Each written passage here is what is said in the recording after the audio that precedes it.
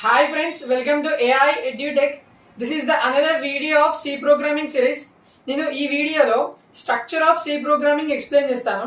అంటే basic structure of C programming, first step ఏంటిది అంటే ఫస్ట్ ఏమేమి రాయాలి ఇవన్నీ ఎక్స్ప్లెయిన్ చేస్తాను. నేను లాస్ట్ వీడియోలో డాటా టైప్స్ అంటే different types of data types గురించి ఎక్స్ప్లెయిన్ చేశాను. So it is an important topic in C programming. So మీరు ఆ వీడియో కూడా చూడండి. And this is also an important topic in C programming. మనం సి కోడ్ ఎలా రాయాలి, సి కోడ్లో ఏ లైన్స్ రాయాలి, ఏ ఎలిమెంట్స్ యూజ్ చేయాలి అని నేను ఈ వీడియోలో చెప్తాను.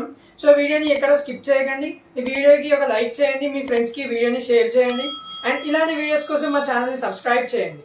Coming to structure of C programming, మనం ఒక బేసిక్ స్ట్రక్చర్ సి ప్రోగ్రామింగ్లో బేసిక్ స్ట్రక్చర్ ఎలా ఉంటుందంటే దాంట్లో ఫస్ట్ది అంటే మనం ఫస్ట్ లైన్లో బేసిక్గా రాసే లైన్ ఏ సి ప్రోగ్రామింగ్ చూసుకున్నా కూడా అదే సి కోడ్ చూసుకున్నా కూడా మనం బేసిక్గా ఫస్ట్ లైన్ లింకింగ్ సెషన్ రాస్తాం.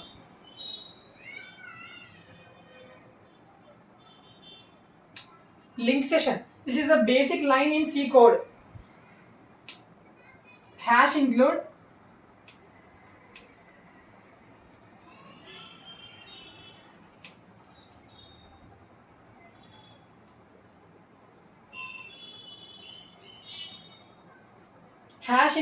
stdio.h.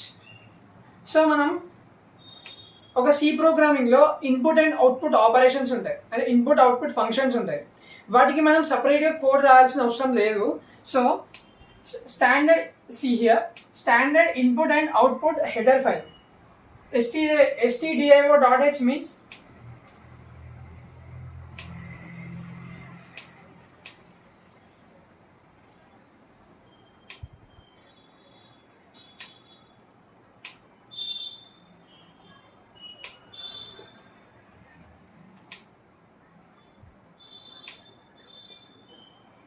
okay.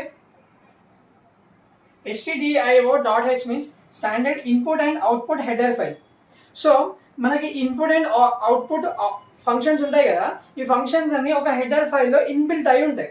సో మనం ఆ హెడర్ ఫైల్ని ఇంక్లూడ్ చేస్తాం సి ప్రోగ్రామింగ్లో. సి కోడ్లో హ్యాష్ ఇంక్లూడ్ అనే ప్రీ ప్రాసెసర్ ఫంక్షన్ తోటి మనం ఆ హెడర్ ఫైల్ని ఇంక్లూడ్ చేస్తాం. ఇంక్లూడ్ చేసినప్పుడు ఏమవుతుంది, దాంట్లో ఉన్న ఇన్పుట్ అండ్ అవుట్పుట్ ఫంక్షన్స్ ఉంటాయి కదా, వాటిని మనం సి ప్రోగ్రామింగ్లో పర్ఫామ్ చేయొచ్చు. సో ఈ ఇన్పుట్ అవుట్పుట్ ఆపరేషన్స్ జరగాలి అంటే మనం హెడర్ ఫైల్ని ఇంక్లూడ్ చేయాలి. So this is a basic line in C programming. సెకండ్ది definition session.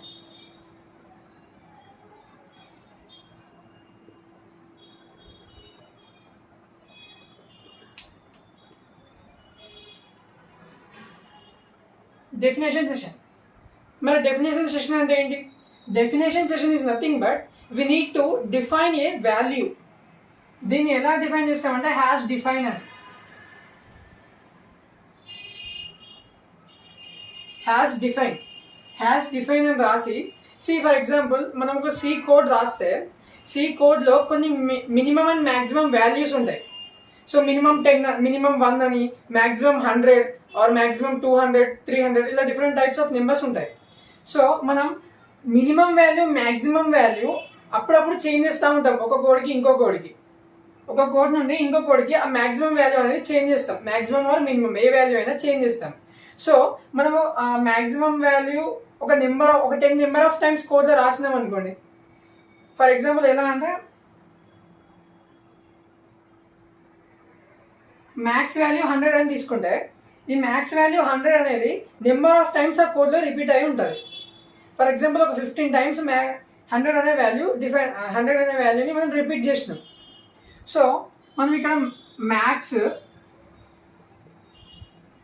100 hash define max 100 అని ఇలా ఫస్ట్ ఇలా డిఫైన్ చేస్తే 100 ఎక్కడెక్కడైతే యూజ్ చేయాలో మనం అక్కడ మ్యాక్స్ అని టైప్ చేయొచ్చు. అంటే 100 ప్లేస్లో మనం మ్యాక్స్ అని పెట్టుకోవచ్చు. సో ఫర్ ఎగ్జాంపుల్ ఇక్కడ మనం మ్యాక్స్ వాల్యూ చేంజ్ చేయాలి అనుకున్నప్పుడు జస్ట్ మనం హ్యాష్ డిఫైన్ దగ్గర మ్యాక్స్ వాల్యూ ఇలా చేంజ్ చేస్తే ఈ మ్యాక్స్ అనే వర్డ్ ఎక్కడెక్కడైతే ఉందో అక్కడ ప్రతి దగ్గర ఈ మ్యాక్స్ వాల్యూ 200 అని చేంజ్ అయిపోతుంది. సో అంటే ఆ ప్రాబ్లమ్ని రెక్టిఫై చేయడం కోసం ఇట్లా హ్యాష్ డిఫైన్ అని మనం ముందే రాస్తాం. Global variable session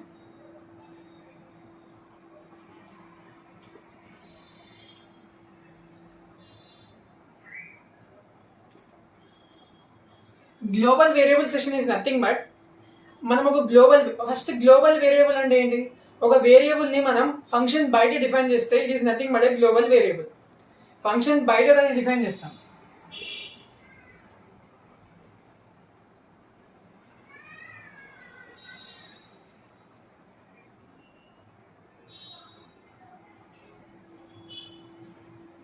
defined out side of the function బయట మనం దాన్ని డిఫైన్ చేస్తే అది గ్లోబల్ వేరియబుల్ అవుతుంది. అలా మనం బయట ఎందుకు దాన్ని డిక్లేర్ చేస్తామంటే, మనం ఒకవేళ ఫంక్షన్ బయట దాన్ని తీసుకుంటే మనం కింద నెంబర్ ఆఫ్ ఫంక్షన్స్ ఎన్ని తీసుకున్నా కూడా ఆ వేరియబుల్ని మనం ప్రతి ఒక్క ఫంక్షన్లో యూజ్ చేయొచ్చు. ఓకే, నేను వీటి గురించి అన్ని మళ్ళీ మనం ఫర్దర్ క్లాసెస్లో డెప్త్గా డిస్కస్ చేద్దాం. First global variable is nothing but it defined out side of the function. Then next one, fourth one, it is an important thing in C programming. C programming లో మనం తీసుకునే ఇంపార్టెంట్ స్టెప్, C కోడ్లో తీసుకునే important step main function.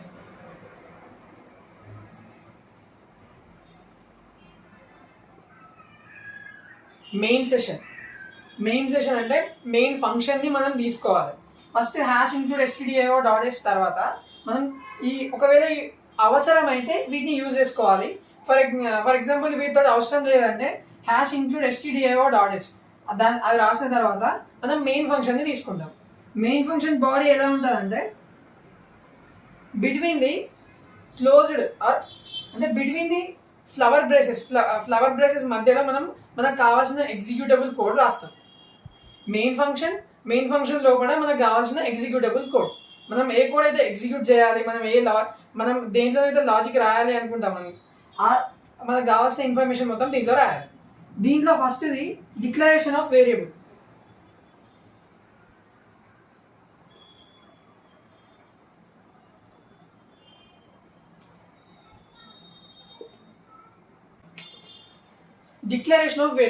మనం first వేరియబుల్ని declare చేయాలి. మనం data types చూసినాం కదా లాస్ట్ క్లాస్లో. ఫర్ ఎగ్జాంపుల్ ఇంట్ a ఈక్వల్స్ టు 10 అని చెప్పిన. ఈ ఇంట్ a equals to 10 it is called A declaration of variable.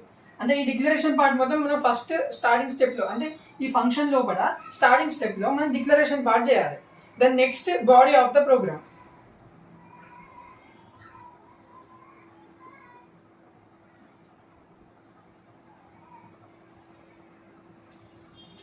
Body of the program. See here what is mean by a program అంటే మనం కొన్ని లాజిక్స్ కొన్ని స్టెప్స్ రాస్తాం. దేనికి అంటే ఒక టాస్క్ని పర్ఫామ్ చేయడానికి. మనం ఒక టాస్క్ని పర్ఫామ్ చేయాలంటే మనం దానికి ఒక లాజిక్ రాయాలి. ఆ ప్రాబ్లమ్కి సొల్యూషన్ కావాలి అంటే మనం దానికి ఒక లాజిక్ రాయాలి. Logic, conditional statements, input and output functions, ఇవన్నీ బాడీ ఆఫ్ ద ప్రోగ్రామ్ కిందికి వస్తాయి. అంటే ఈ బాడీ ఆఫ్ ద ప్రోగ్రామ్లో మనం ఆ స్టెప్స్ అన్ని రాస్తాం. రాసిన తర్వాత బ్రాకెట్ క్లోజ్ చేస్తాం.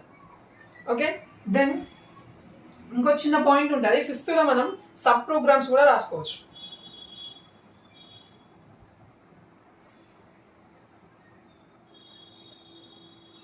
Sub programs or functions.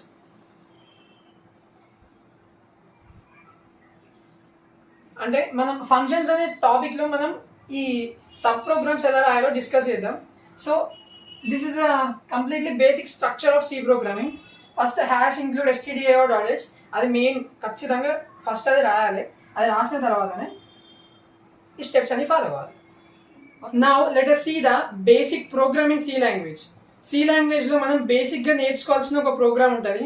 It is nothing but to print a message. ఒక మెసేజ్ని ప్రింట్ చేయడానికి మనం ఒక కోడ్ రాయాలి, సి ప్రోగ్రామ్ రాయాలి.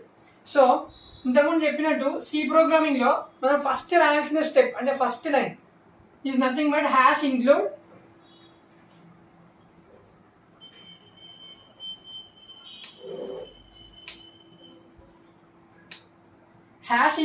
stdio dot h. ఈ లైన్ మీరు ఏ సి కోడ్ అదే ఏ సి ప్రోగ్రామ్ చూసుకున్నా కూడా దాంట్లో ఫస్ట్గా రాయాల్సిన line hash include stdio dot h. ఇది రాస్తేనే మనకు input and output functions perform అవుతాయి. So next int main.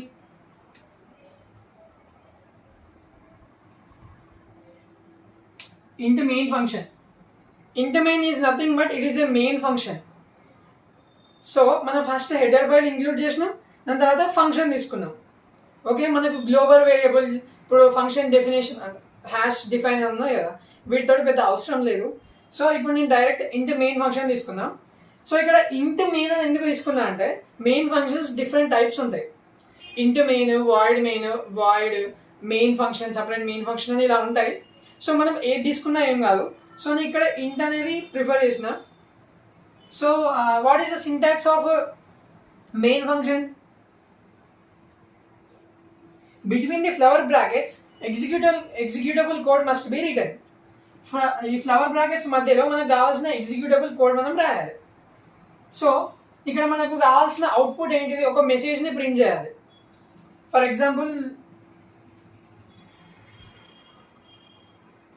Welcome to C programming.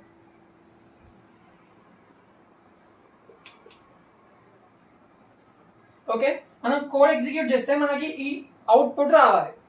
So మనం ఏం చేయాలి అంటే మనకు ఒక అవుట్పుట్ ఫంక్షన్ ఉంటుంది. stdio.h is nothing but input and output header file కదా, ఆ హెడర్ ఫైల్లో అవుట్పుట్ ఫంక్షన్ అని ఉంటుంది. సో ఇక్కడ అవుట్పుట్ ఫంక్షన్ ఏంటిదంటే printf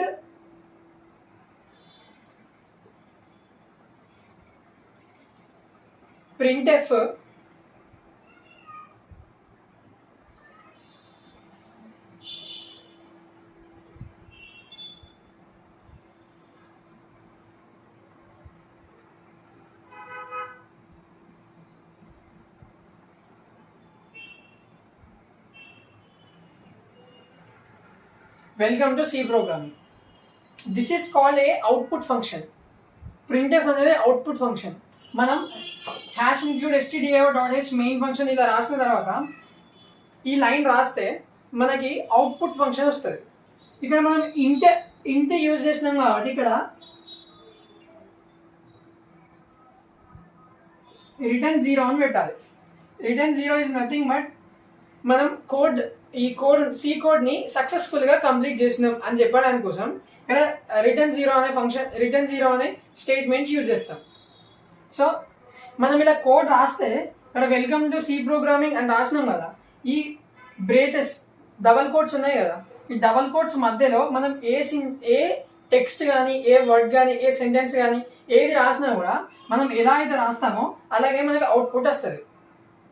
ఓకే, సో ఇక్కడ మనం for example welcome to C programming అని పెట్టినాం.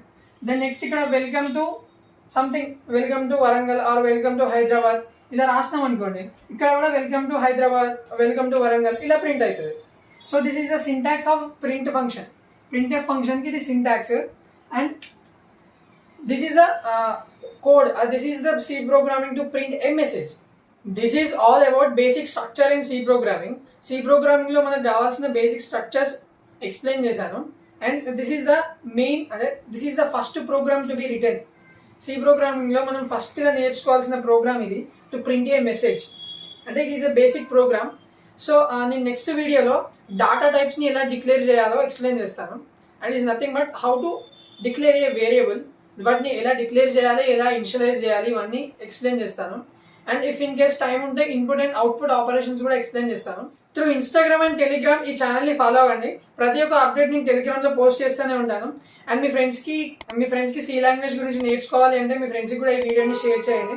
And don't forget to subscribe to our channel. And thank you for watching.